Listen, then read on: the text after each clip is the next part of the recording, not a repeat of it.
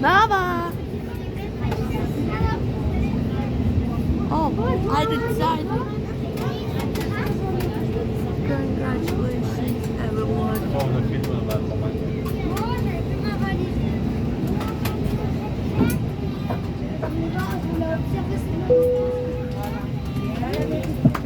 Open the light. Oh my God. Oh, turn around. Thanks, Mom.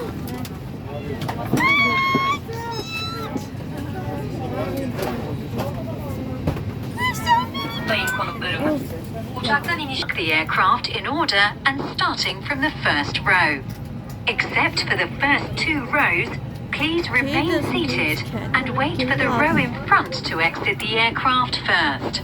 Please do not proceed to the front door. Exit. Everybody wants.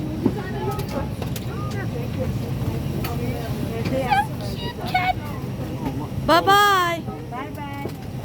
Selamünaleyküm. Bye bye.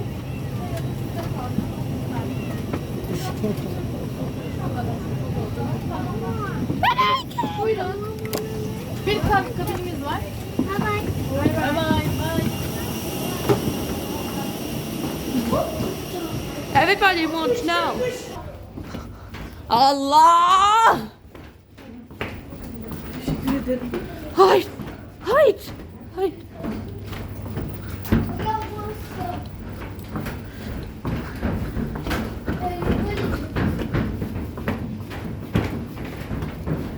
What?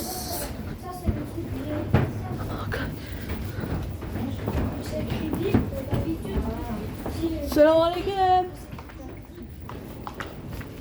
Why just down the street?